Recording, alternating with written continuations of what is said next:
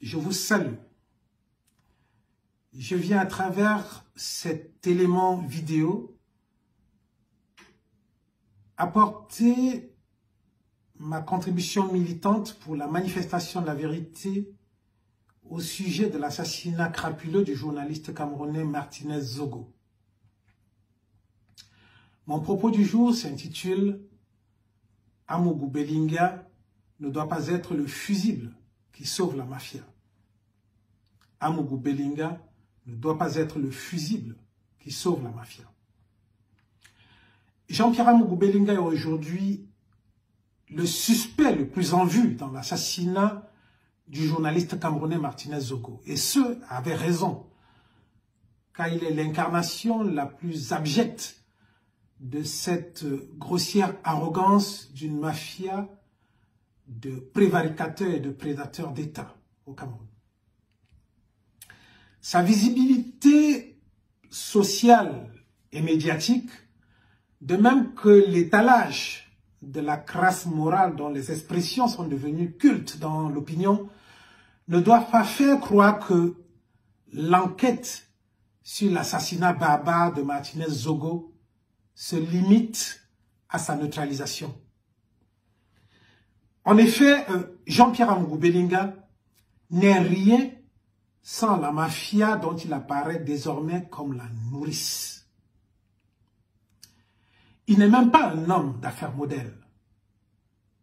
En effet, aucun pays au monde ne peut se développer sur un modèle économique et entrepreneurial fait de marchés sans mise en concurrence, de subventions obscures, d'amnistie fiscale au profit d'opérateurs économiques. Ce n'est pas possible. Ceci nous indique que Jean-Pierre Amougou Bellinga n'est qu'un agent d'une savante entreprise criminelle dont on soupçonne désormais les ramifications. La bonne enquête, donc, sera celle qui ne protège pas les baleines, dont la complicité doit faire l'objet d'investigation et d'évaluation. Dans cet ordre d'idée, Louis-Paul Motazé, l'actuel ministre des Finances du Cameroun, apparaît de par l'extraordinaire sollicitude dont il a fait montre à travers les finances publiques à l'égard de Jean-Pierre Amougou Bellinga comme l'argentier du clan. On a donc fraîchement le souvenir de cette acrobatie fiscale qui a amené l'opinion à préjuger d'un traitement très spécial de ce contribuable.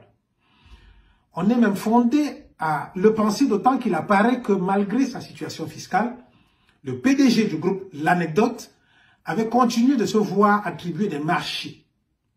Je rappelle que pour soumissionner à un appel d'offres, il faut produire un quitus fiscal, c'est-à-dire qu'il faut indiquer à l'État qu'on est en règle par rapport à ses impôts. Par ailleurs, comment l'État camerounais fait-il pour payer des prestations à un contribuable qui lui doit de l'argent, sans au moyen d'un titre de recette retenir les sommes qui lui sont dues?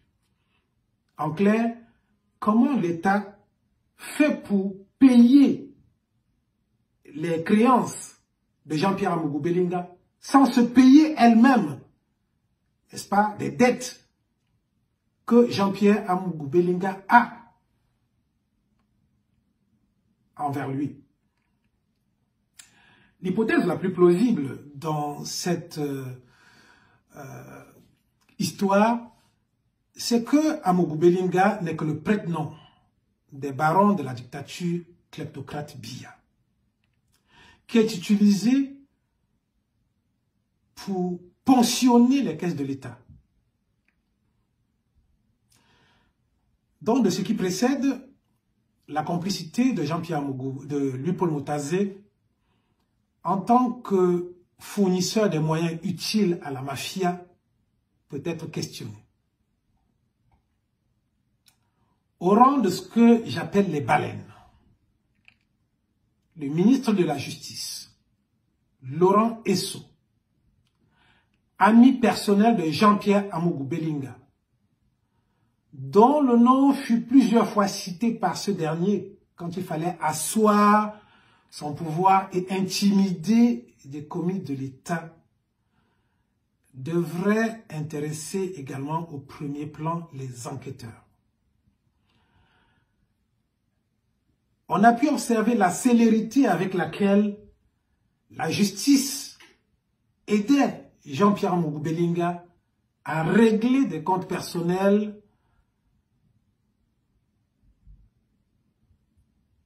tant dans ses entreprises que dans ses affaires privées. Le nom du ministre de la Justice, Laurent Esso, est d'ailleurs évoqué dans l'enquête en cours sur l'assassinat de Martinez Zogo. Il ressort des éléments fournis par la presse qu'une fois le défunt capturé et torturé, Jean-Pierre Moukoubelinga, présent sur les lieux du crime, a téléphoné à Laurent Esso et à l'issue de ce coup de fil, la mise à mort du journaliste fut ordonnée.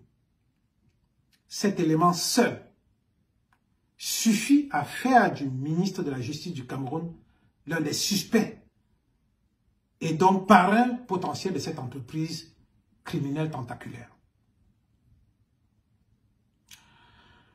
Je ne peux donc pas conclure cette analyse sans évoquer des éléments de contexte de l'assassinat de Martinez Zogo.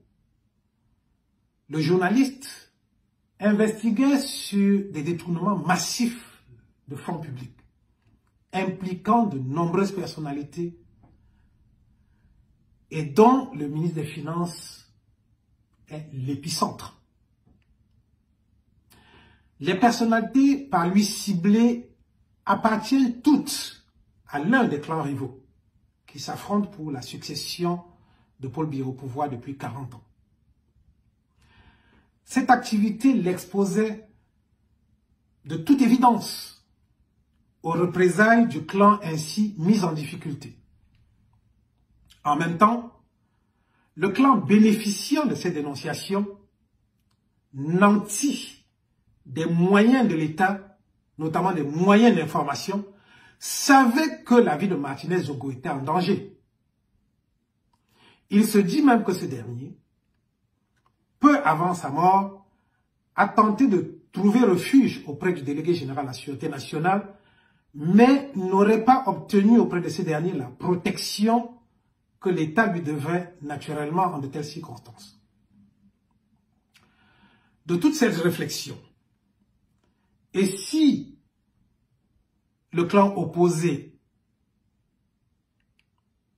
notamment le clan Gongo, secrétaire général de la présidence de la République, avait laissé faire le crime pour se débarrasser du clan rival, notamment le clan Moutazi. Je repose ma question. D'où cette réflexion? Et si le clan opposé, notamment le clan Moutazi, secrétaire général de la présidence de la République, avait laissé faire le crime pour se débarrasser du clan rival, le clan Moutazi. En clair, au courant des préparatifs dangereux, il se contente de suivre les assassins, d'enregistrer le maximum de preuves contre eux, notamment les photos, des vidéos, des écoutes téléphoniques, dont il se servirait plus tard, une fois le crime perpétré, pour confondre les coupables et ainsi les sortir du jeu politique.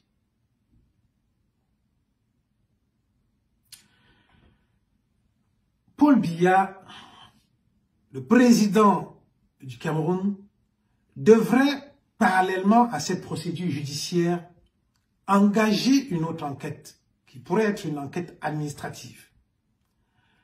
Celle-ci pourrait révéler qu'en réalité, Martinez Zogo a été assassiné par l'action d'un clan, notamment le clan auquel appartient Moukoubelinga, mais aussi par l'inaction de l'autre camp. C'est pourquoi je pense qu'au-delà de la réponse policière et judiciaire qui est nécessaire, parce qu'il est important que le peuple camerounais obtienne justice, il est important que la famille de Martinez Zogo obtienne justice, est attendu de Paul Biya la formulation politique de la répudiation de cette barbarie, de la répulsion de cette barbarie.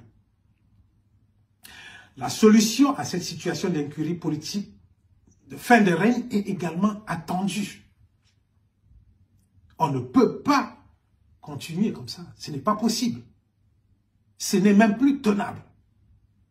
Une réponse pertinente, définitive doit être donnée par le président Paul Biya. Il doit pouvoir laisser aux générations futures un Cameroun différent de celui que nous avons aujourd'hui. Tel est le sens de mon propos du jour. Je vous remercie.